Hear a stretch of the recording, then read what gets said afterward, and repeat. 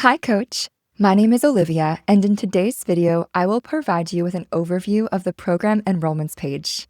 To get to the Program Enrollments page from your dashboard, click One-on-One Programs on the left-hand side of your screen. On the Program Enrollments page, you will be able to view client enrollments and payments made for all of your coaching programs. From this screen, simply click View All Enrollments.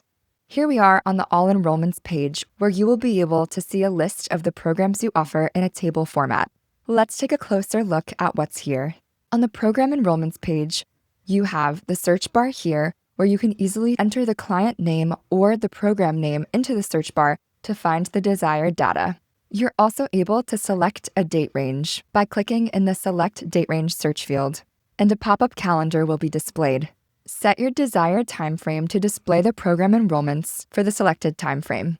You also see that your programs are listed here. Simply select this arrow on the right-hand side of your screen to view more information about who signed up for your program.